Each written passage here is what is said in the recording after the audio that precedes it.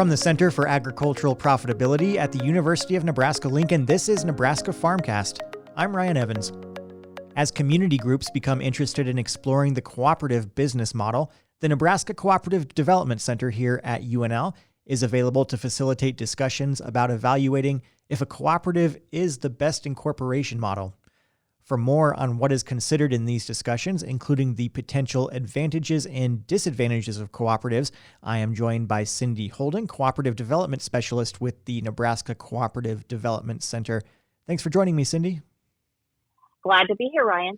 And you can find a new article Cindy has written on our website, cap.unl.edu, as well as the Cooperative Development Center's site, ncdc.unl.edu, where she discusses the advantages and potential disadvantages of cooperatives. So, Cindy, first, as groups begin planning a new business, what are all of the incorporation models that are available to them in Nebraska, and then how are those distinct from one another? When we look at Nebraska, we're talking multi-owner businesses here. So we're not talking about a sole proprietorship or a partnership, which is just a couple of people or one person coming together.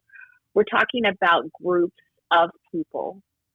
And in Nebraska, there's three distinct legal structures: S corporation or C corporation, which are just, it's a legal standard set by the IRS on how they're taxed.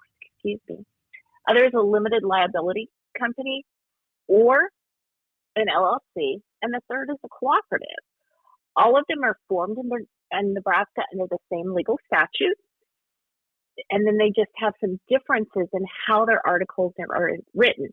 Specifically, the cooperative, they have to have 10 individuals to incorporate. And those 10 individuals all need to be different, and then they have to include the word cooperative in their legal name. S Corps, C Corps, and LLCs can actually have one person form them and then bring on members afterwards. A cooperative has to have 10 people at moment of incorporation. And then the difference when we talk about these three different models is S Corps, C Corps, and LLCs exist for the benefit of their shareholders, which are the people that make the investment in the business. And they may not necessarily be the users of the business. They're just, if you think about your retirement portfolio, you invest in businesses, you get dividends out of those businesses, but you may not be a user of those businesses. A cooperative exists to meet the economic needs of the cooperative member owners. Earlier, we talked about cooperative grocery stores. They exist not just to make money. There's nothing wrong with making money, making a profit. However, they exist to make sure that the community members and the owners of the business have groceries in the community. They try to provide a benefit to the community with fair pricing, as well as how do we serve our community, maybe delivery or other things. They just have another side of we're here not just to make money, we're here to make our community a better place or to benefit our member owners. And as you're speaking with groups across the state who are interested in starting a business and you're evaluating with them the cooperative model, can you talk more about some advantages that are discussed in those conversations? Sure. Like I just said, they exist to meet the members' needs. So they focus on service to the members, not just bringing a return to their investment. They also do have access to a special treatment under the U.S. tax code that provides them with an advantage that's not typically available to investor-owned corporations such as S Corp and C Corp. That they don't have a tax liability. I own an S Corp. The profit and or loss of my business actually passes through to my personal income tax return. So I could actually be taxed or receive a benefit depending on how my business does. Cooperatives don't have that pass through to their owners. And so the owners don't see additional income on their tax return as they could with an S Corp, C Corp, or LLC. Cooperatives, because they're owned and controlled by their members, which are the users, they keep resources within their community. And they are guided by the members' values. So if you and I came together with 8 of our friends to form a cooperative to have a community-based radio station, it would be our station. Us 10 people, and then the people we bring in to control it, it's our values, it's what we want to see, it's what we want to have happen, instead of outside investors that could come in and make it difficult. And then decisions are made democratically. Each member has one vote. And this really helps level the playing field. So you don't have rich members and poor members with respect to investment.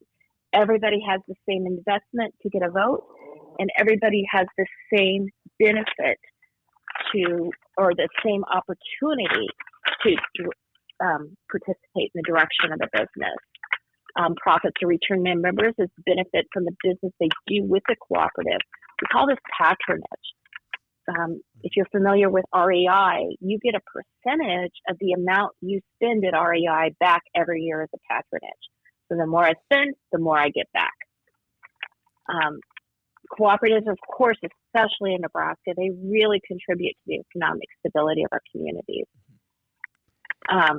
And again, they distribute the benefits based on real ownership, not just the amount of money I can invest. I can put $10,000 into a cooperative, but if my share is only $250, that's what I receive my benefit on.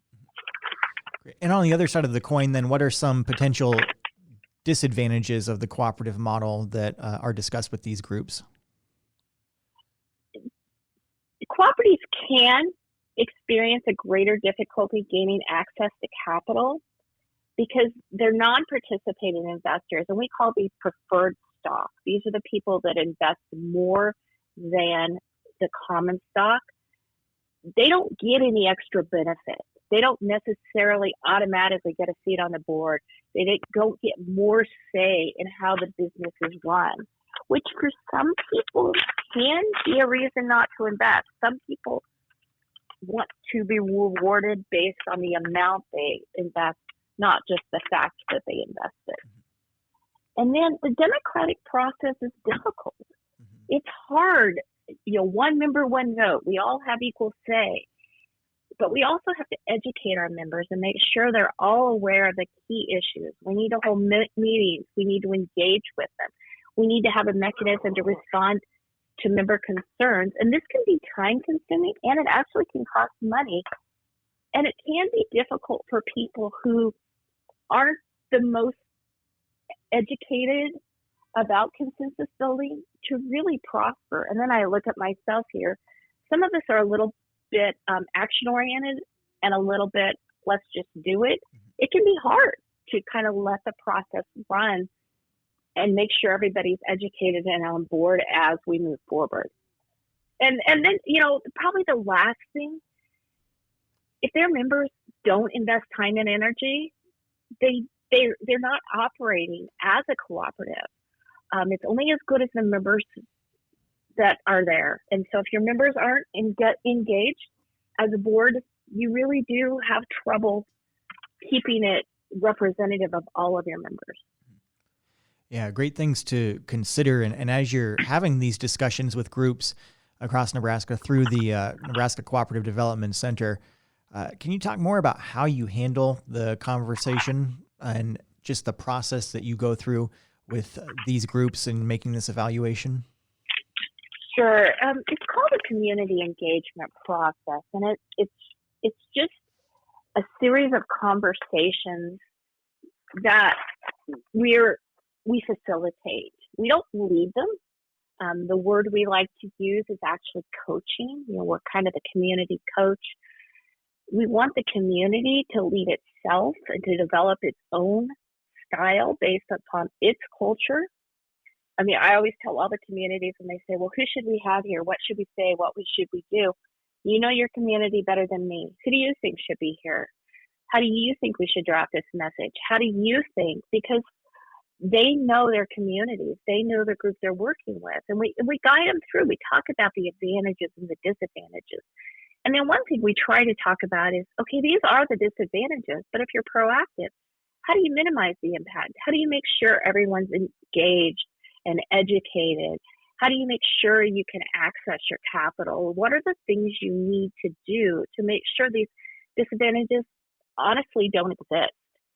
And as this conversation takes place, the community decides which is the best model for incorporation, because all three models are great. They're a way to form a multi-owner business in the state of Nebraska. Everyone will meet the needs of the community. And the community can decide, okay, this one works better, or this one works better, or this works better, and then they can decide how to move forward with the best model for their project and their community. All right, great stuff from Cindy Houlden there, Cooperative Development Specialist with the Nebraska Cooperative Development Center. And you can find out more about their work at ncdc.unl.edu. Also, we have a new article posted there, as well as our Center for Ag Profitability website, cap.unl.edu, from Cindy on more about the advantages and disadvantages of the cooperative model. So, Cindy, I want to thank you again for joining me. Thanks, Ryan. You have a great Thanksgiving. You too. Thank you. Nebraska Farmcast is a production of the Center for Agricultural Profitability at the University of Nebraska-Lincoln. For the latest research-based information and education resources to manage your farm or ranch operation, visit our website at cap.unl.edu. That's cap.unl.edu.